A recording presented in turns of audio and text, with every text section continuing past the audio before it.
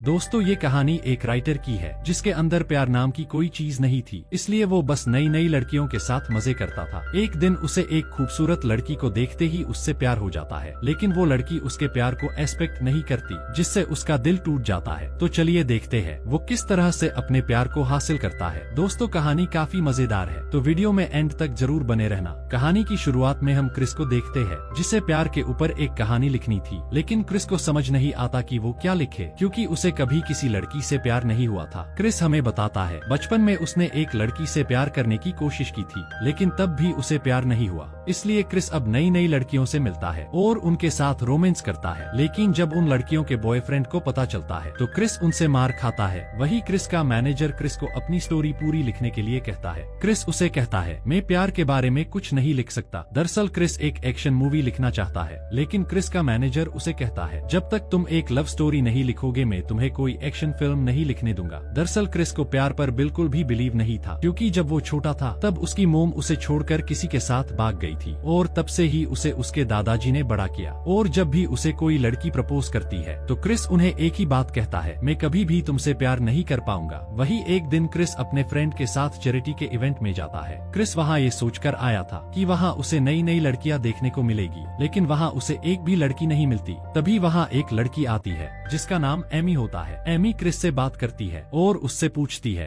तुम यहाँ किस लिए आए हो। तो क्रिस उसे कहता है मैं बस यहाँ अच्छी अच्छी लड़कियों को देखने के लिए आया था। इसी तरह से वो लोग आपस में बहुत सारी बातें करते हैं, लेकिन तभी वहाँ एमी का बॉयफ्रेंड आ जाता है, इसलिए एमी उसके साथ चली जाती है। क्रिस को एमी के साथ बात करके बहुत अच्छा लगा था, लेकिन उसे बॉयफ्रेंड के साथ जाता देख क्रिस का दिल टूट जाता है। इसलिए वो अपनी सभी एक्स गर्लफ्रेंड को मैसेज करके उन्हें मिलने के लिए बुलाता है, जहाँ एक लड़की क्रिस से मिलने के लिए आती है और वो दोनों कार में ही टकाटक करने लग जाते हैं। लेकिन क्रिस अभी भी एमी के ही बारे सोच रहा था। क्रिस जल्दी से उसी होटल में जाता है जहाँ वो एमी से मिला था। क्रिस वहाँ के स्टाफ से एमी के बारे में पूछता है, लेकिन वहाँ की स्टाफ उसे एमी के बारे में कुछ बता नहीं पाती। दरअसल क्रिस को एमी का नाम तक पता नहीं था, इसलिए वो वहाँ से सभी गेस्ट की लिस्ट को चुरा लेता है। वही अगले दिन क्रिस ये सब अपने फ्रेंड्स को बताता है और उन्हें कहता है मैंने पहली बार किसी लड़की के बारे में ऐसा महसूस किया है। क्रिस के सभी फ्रेंड भी राइटर थे। वो क्रिस से कहते हैं तुम्हें फिर से उस लड़की से मिलना चाहिए, तुम उससे दोबारा मिलोगे तो तुम्हें वो नॉर्मल लड़की की तरह ही लगेगी। लेकिन क्रिस को तो उसका नाम ही नहीं पता था, वो उससे दोबारा कैसे मिलेगा। क्रिस का एक फ्रेंड स्कॉट क्रिस से कहता है प्यार वो नहीं होता जिसे लड़का और लड़की रूम में करे, प्यार तो एक दूसरे को महसूस करके किया जाता है। वही क्रिस भी अब प्यार की महसूस करने लगता है और उसे समझ आता है यहाँ हर किसी के लिए कोई ना कोई तो बना है। वही क्रिस घर जाकर अपने दादाजी को सारी बात बताता है। दादाजी क्रिस से कहते हैं अगर तुम उस लड़की के बारे में इतना सोच रहे हो तो तुम्हें उस लड़की को ढूंढकर उससे मिलना चाहिए, क्या पता वो लड़की तुम्हारे लिए स्पेशल हो। वही क्रिस को एक आइडिया आता है और वो सिटी में हो रहे सारे चैरिटी इवेंट की लिस्ट निकलता है और अपने फ्रेंड स्कॉट के साथ एमी को ढूंढने के लिए वहाँ जाता है, क्योंकि वो एमी से पहली बार चैरिटी इवेंट में ही मिला था। क्रिस अलग अलग जगह पर चैरिटी इवेंट में जाता है, जहाँ क्रिस की मुलाकात एक बिजनेसमैन से होती है। बिजनेस क्रिस से उसके बारे में पूछता है तो क्रिस उसे अपने बारे में बहुत बड़ी बड़ी बातें बताता है। वही क्रिस अब इतने सारे इवेंट में जाकर परेशान हो चुका था, क्योंकि उसे कहीं भी एमी नहीं मिली थी, इसलिए वो बस अब एक लास्ट इवेंट में जाने की सोचता है। वही क्रिस जब वहाँ जाता है तो वो बिजनेसमैन क्रिस को वहाँ देख लेता है, इसलिए वो क्रिस को स्टेज पर स्पीच देने के लिए बुलाता है और वो क्रिस की बहुत तारीफ करता है। क्रिस जब स्टेज पर स्पीच दे रहा होता है तभी उसे वहाँ एमी दिखाई देती है, इसलिए वो जल्दी से एमी के पास जाता है और उससे बात करता है। क्रिस एमी से पूछता है क्या तुम यहाँ भी अपने बॉयफ्रेंड के साथ आई हो। तो एमी उसे कहती है नहीं मैं यहाँ अकेले ही आई हूँ। वही वो दोनों बातें करते करते समुद्र के किनारे पर आ जाते हैं। एमी को लगता है क्रिस लोगों की बहुत मदद कर रहा है, क्योंकि क्रिस हर चैरिटी इवेंट में आ रहा था। इसी तरह से वो दोनों आपस में बहुत सारी बातें करते हैं, लेकिन क्रिस एमी को अपने दिल की बात नहीं बता पाता। वही अगले दिन क्रिस अपने फ्रेंड से कहता है मैं कल एमी को किस करना चाहता था, लेकिन उसका एक बॉयफ्रेंड है। वही एमी भी वहाँ आ जाती है। क्रिस एमी के साथ शॉपिंग करने जाता है, जहाँ एमी क्रिस से कहती है शायद तुम मेरा पीछा कर रहे हो। तो क्रिस एमी से कहता है हम दोनों को मिलते रहना चाहिए। एमी क्रिस से कहती है मेरा एक बॉयफ्रेंड भी है जिसे ये सब बिल्कुल भी पसंद नहीं है। क्रिस एमी से कहता है हम दोस्तों की तरह तो मिल ही सकते हैं। तो एमी भी इसके लिए मान जाती है। वही क्रिस अपने फ्रेंड्स को बताता है एमी और हम बस दोस्तों हैं। क्रिस की दोस्त क्रिस से कहती है एक लड़का और लड़की कभी दोस्तों नहीं होते, उनके बीच कोई ना कोई रिश्ता बन जाता है। वही क्रिस एली के साथ एक फ्रेंड डेट पर जाता है, जहाँ एली क्रिस से कहती है अगर हम इस तरह एक दूसरे से मिलते रहेंगे तो हमारी बात आगे बढ़ जाएगी। वही एली क्रिस की धड़कन सुनती है। वो क्रिस से कहती है तुम्हारे अंदर तो दिल ही नहीं है। वो लोग काफी देर तक म्यूजियम में घूमते हैं और अब एली के जाने का वक्त हो जाता है। एली क्रिस से कहती है, मैं कल एक और चैरिटी इवेंट में जाने वाली हूँ, तुम भी वहाँ मेरे साथ आ सकते हो। क्रिस को वहाँ नहीं जाना था, लेकिन फिर भी वो एली को हाँ बोल देता है। वही एली की कार स्टार्ट नहीं होती, इसलिए एली क्रिस को उसे घर छोड़ने के लिए कहती है। क्रिस एली को उसके घर छोड़ता है। घर आने के बाद क्रिस अपने दोस्तों को एली और उसकी डेट के बारे में बताता है। क्रिस के दोस्तों क्रिस से कहते हैं, अगर तुम किसी और लड़की से मिल लोगे तो तुम्हारे दिल से एली के लिए फीलिंग खत्म हो जाएगी। लेकिन क्रिस उन्हें कहता है, ऐसा नहीं होगा, क्योंकि हम दोनों की सोच एक ही है और हम दोनों को एक दूसरे से बात करना अच्छा लगता है। क्रिस की बातें सुनकर उसके दोस्त उसका मजाक उड़ाते हैं और उसे कहते हैं, तुम एली के प्यार में पड़ रहे हो। वही अगली सुबह क्रिस एली के बातें हुए इवेंट में जाता है, जहाँ जाकर क्रिस को पता चलता है वो एक योगा क्लास है। वहाँ जाकर क्रिस और एली एक साथ योगा करते हैं और एक दूसरे के साथ काफी टाइम बिताते हैं। वही क्रिस एली से उसके बॉयफ्रेंड के बारे में पूछता है। एली उसे बताती है, हम दोनों शादी करने वाले हैं। क्रिस एली से पूछता है, क्या तुम अपने बॉयफ्रेंड के साथ खुश हो? तो एली उसे बताती है, उसके पास एक अच्छी जॉब है और उसकी अच्छी फैमिली है, और क्या चाहिए मुझे? क्रिस कहता है, मुझे नहीं लगता तुम इस रिलेशन से खुश हो। तो एली कहती है, मेरे मोम डैड को भी वो पसंद है और वो एक अच्छा लड़का है। क्रिस एली से कहता है, मैं तुम्हें पसंद करता हूँ। ये सुनकर एली उसे कहती है, अगर तुम मेरे बारे में ऐसा सोचते हो तो हम अब एक दूसरे से नहीं मिल सकते, क्योंकि मैं अपने बॉयफ्रेंड के साथ एक अच्छी लाइफ जीना चाहती हूँ। ये कहकर एली वहाँ से चली जाती है, जिससे क्रिस को बहुत बुरा लगता है। वही रात के समय क्रिस एली के घर के बाहर पहुँच जाता है और उसकी खिड़की पर पत्थर मारकर उसे बाहर बुलाता है। एली क्रिस से पूछती है, तुम यहाँ क्या कर रहे हो?